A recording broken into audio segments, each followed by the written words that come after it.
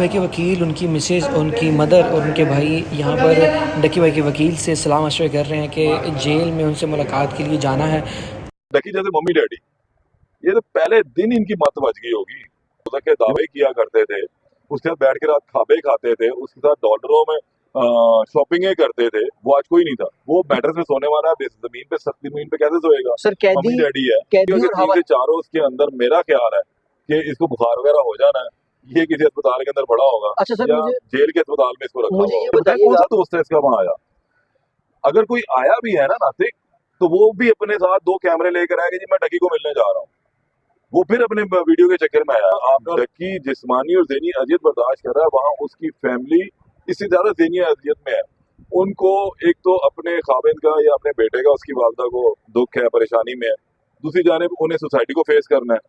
अब जी अस्सलाम वालेकुम, मैं हूं आपका मेज़बान आतिक रेहान और आप देख रहे हैं Waqas Awan journalist YouTube channel. Topic फिर वही है, डकी भाई। डकी भाई को 14 दिन के जुडिशियल रिमांड के ऊपर जेल भेज दिया गया है। हमारे साथ सीनियर कोर्ट रिपोर्टर मौजूद हैं, उनसे बात करेंगे कि उनको किस जेल में रखा गया और लाहौर में टोटल कितने जेलें हैं और ऐसे जो कैदी होते हैं जिनको जेल भेजा जाता है, उनको किन कैदियों के साथ रखा जाता है, और खास तौर पर बात करेंगे उनके दोस्तों के हवाले से जो कहीं भी नजर नहीं है। सर बड़ा शुक्रिया टाइम का। सर बताइएगा, डकी भाई को 14 दिन पे जुडिशियल रिमांड भेज दिया गया है, क्या सूरत हाल आगे की और कहाँ रखा गया उसे? अच्छा नातिक, सूरत हाल ये है कि जिस तरह आपको पता था कि डकी को जो है, सादुर रहमान उर्फ डकी को 14 रोजा जुडिशियल रिमांड पर जेल भेज दिया गया। अब 14 रोजा जुडिशियल रिमांड का मतलब ये है कि अब ये 14 दिन अदालती तहवील में आ गया। इससे पहले वो एनसीसीआईए की तहवील में था। जिस्मानी रिमांड का मतलब हमें पता है कि मुतलका तफ्तीशी इदारा या तहकीकाती इदारा जो है, एजेंसी, वो बंदे को ले जाती है, तहकीकात करती है। फिर जब तहकीकात मुकम्मल हो जाती है तो अदालत को खुद कह रही है हमें इसकी मजीद जरूरत नहीं है, तो अदालत फिर उसको अपनी तहवील में लेती है और रिमांड पे जेल भेज देती है। अब ये 14 दिन जेल रहेगा। 14 दिन के बाद ये दोबारा अदालत के रूबरू पेश किया जाएगा। इस दौरान अदालत एग्जामिन करेगी कि आया बंदा ठीक है या नहीं है और इसको कुछ प्रॉब्लम तो नहीं है। लाहौर के अंदर 2 बड़ी जेलें हैं, एक कोट लखपत जेल और एक सेंट्रल जेल है फिरोजपुर रोड के ऊपर, कैंप जेल जिसे हम कहते हैं। अच्छा, ये जो मुल्जिमान होते हैं इनको नॉर्मली भेजा जाता है कैंप जेल के अंदर। एक चीज यहाँ मैं आपको बता दूं, एक हवालाती होता है और एक कैदी होता है। कैदी वो होता है जिसको सजा मिल चुकी होती है, वो अपनी सजा काट रहा होता है। ये कैदी होते हैं, इनको नॉर्मली रखा जाता है कोट लखपत जेल में, जो ज्यादा हीनियस क्राइम के हैं, दीगर है। तादाद की बढ़ोतरी के पेश नजर कैंप जेल के अंदर भी है। और ये बेसिकली हवालाती है, ठीक है। अब इसका केस चल रहा है, इसकी जमानत भी हो सकती है, अंडर ट्रायल है ये भी एक किस्म का। तो ये रखा गया है क्योंकि इतना हीनियस भी नहीं था उस लिहाज से। एनसीसीआईए का मुल्जम है ये, तो ये इस टाइम मौजूद है कैंप जेल के अंदर। और वहां पे मैं आपको जेलों की हालत बता दूं कि इतना आसान नहीं। वो कहते हैं कि जेल की एक दिन की जिंदगी जो है ना, वो ऐसे लगता है कि आपने बाहर जो दुनिया है वो बिल्कुल भूल दी है, कि वहां पे सूरज नहीं निकलता, बड़े बुरे हालात होते हैं, बहुत मुश्किल होता है लोगों के लिए जिंदगी गुजारना। और डकी जैसे मम्मी डैडी, ये तो पहले दिन इनकी मत बच गई होगी। ये मैं आपको बावसूख जराये से कह रहा हूँ, क्योंकि हम बीइंग अ कोर्ट रिपोर्टर या बीइंग अ जर्नलिस्ट मुख्तलिफ जेलों के अंदर विजिट करते रहे हैं। यहाँ पर हालात इस किस्म के हैं कि वसाइल की कमी है, जेलें इतनी अच्छी बन नहीं पाती, चीजें बेहतर नहीं मिल सकती। तो आप देखिएगा कि 3 से 4 रोज के अंदर मेरा ख्याल है कि इसको बुखार वगैरह हो जाना है, ये किसी अस्पताल के अंदर पड़ा होगा अच्छा सर, या जेल के अस्पताल में इसको रखा मुझे हुआ ये होगा। बताइएगा, इस तरह के जो कैदी होते हैं, इस तरह के अलावा बाकी हवालाती हैं, हवालाती होते हैं, मुल्जम गए जो बाकी जो लोग हैं, इनको खाना जेल में किस तरह का दिया जाता है? अच्छा, जेल में वैसे जब से पंजाब हुकूमत ने पिछले 2 दहाइयों से जरा बेहतर इनके अंदर इंतजाम की, क्योंकि खुद इन हुक्मरानों का अंदर आना जाना लगा ना, फिर इनको अंदाजा हुआ कि किस भाव बिकती है, कि अंदर हालात क्या है।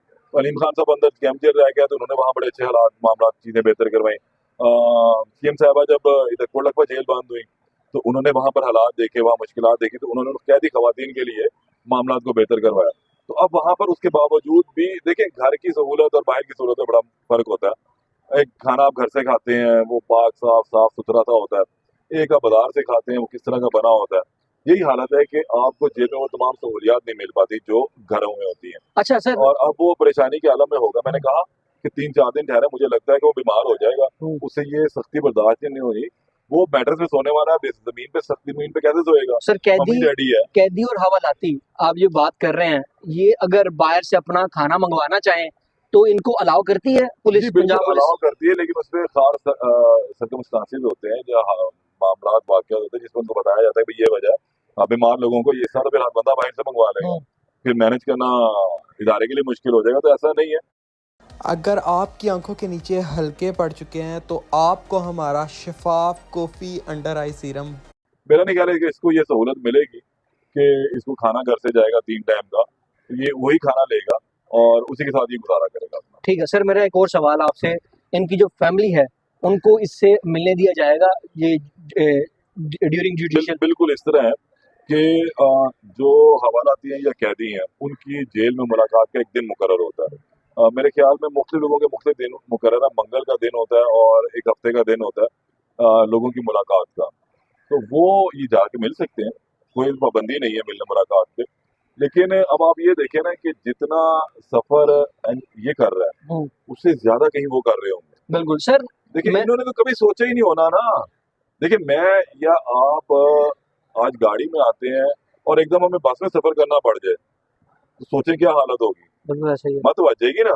तो यही हालत इनकी। इन्होंने तो कभी सोचा नहीं होता, ये तो एसी से बाहर नहीं निकलते। इन्होंने कभी सोचा नहीं होता कि लोगों की प्रॉब्लम्स क्या है। ठंडे कमरों में बैठ के वीलॉग कर लिए, चीजें कर ली, डॉलर्स में पैसे कमा लिए और अब ये गए फंस। जब फंस गए तो जहां डकी जिस्मानी और ज़हनी अजियत बर्दाश्त कर रहा है वहां उसकी फैमिली इससे ज्यादा ज़हनी अजियत में है। उनको एक तो अपने खाविंद का या अपने बेटे का, उसकी वालदा को दुख है, परेशानी में है। दूसरी जानिब उन्हें सोसाइटी को फेस करना है, अपने रिश्तेदारों को फेस करना है। तो ये एक ऐसा ट्रॉमा स्ट्रेस के अंदर वो पूरी की पूरी फैमिली है कि ये जब बाहर आ भी जाता है तो ये इस ट्रॉमे से बड़ी जल्दी बाहर नहीं आएगा। अच्छा हारून भाई, मेरा सवाल आपसे ये है कि अगर डक्की भाई के व्लॉग्स देखें, उनमें 2-4 उनके दोस्त थे बड़े जो है उनके साथ व्लॉग्स भी बनाते रहे हैं, लेकिन आपने देखा कि 22 से 23 दिन की जो डक्की भाई, उसके अलावा कोई नजर नहीं आया। उसकी वजह क्या है? देखिए वो कहते हैं ना कि दुश्मन भी बनाओ तो नस्ली बनाओ और दोस्त मतलब वैसे दोस्त बनाओ। नस्ली नहीं है इसके? इसमें तो कहने की जरूरत ही नहीं है। ऑन रिकॉर्ड है चीजें। मुझे बताएं कौन सा दोस्त है इसका वहां आया। अगर कोई आया भी है ना नातिक, तो वो भी अपने साथ 2 कैमरे लेकर आएगा जी मैं डकी को मिलने जा रहा हूँ। वो फिर अपने वीडियो के चक्कर में आया। आपने और मैंने वहां देखे नहीं लड़के। बिल्कुल टिकटॉकर्स। टिकटॉकर, मैं और आप तो रिपोर्टर हैं। मेरी और आपकी ड्यूटी है उसको केस को कवर करना, ठीक है। तो लेकिन वहां हमें 15 लोग और नजर आए जो सिर्फ वीडियो बना रहे थे और उन्होंने अपने व्लॉग्स भी वहां पर किए और उन्होंने अपने चैनल के ऊपर चढ़ाया कि ना डकी आ गया, डकी चला गया, डकी आ गया, डकी चला गया। वो जो उसके साथ हमारे यहाँ जन्नत हमारे यहाँ दोजख के दावे किया करते थे, उसके साथ बैठ के रात खाबे खाते थे, उसके साथ डॉलरों में शॉपिंग करते थे, वो आज कोई नहीं था। तो यहाँ पर जो समझने की जरूरत है ना, वहां पे कौन खड़ा था? वहाँ पर उसकी फैमिली खड़ी, वालदा। वालदा खड़ी थी। वो बूढ़ी औरत वहां पे धक्के खा रही थी। बिल्कुल सर। वो जवान औरत वहां पे धक्के खा रही जो उसकी बीवी है। वो वहां पर 200 बंदों की नजरों में आ रही। लोगों को पता था कि यार वो उसकी बीवी है? नहीं पता था। पता लग गया अब। तो वो जो गैरतमंद दोस्त बने हुए थे वो अब किधर है? मुझे आपको नाम लेने की भी जरूरत नहीं है, सबको सर पता है। 90 देखिए लाख आपके जो मुश्किल वक्त में आपके साथ होता है ना, वही आपका दोस्त होता है। अच्छे वक्त में तो भाई आप किसी को भी साथ बिठा लें, बैठ जाएगा आपके बैठ साथ। जाएगा, खुश होके बैठेगा। बल्कि बाहर जाके बताएगा कि मैं नातिक के साथ बैठ गया। नातिक वो शख्स है जो टीवी पे नजर आता है।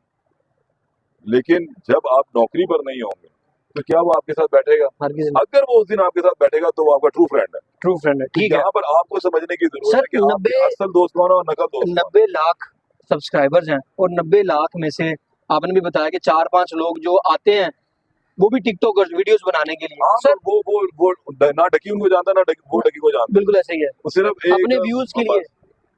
वो उसका कंधा इस्तेमाल कर रहे हैं। चलो वो तो डकी को जानते ही हैं कि यार ये डकी फेमस फेस है, इसकी ये पकड़ा गया हुआ है, इसका एक केस है, तो हम जरा इसको कवर कर ले तो हमारे भी व्यूज अच्छे आ जाएंगे। लेकिन डकी उनको नहीं जानता। डकी अकेला आता था, अकेला जाता था, उसके घर वाले जलील हो रहे थे, ख्वार हो रहे थे, बस। चलें, बहुत शुक्रिया सर आपके टाइम का।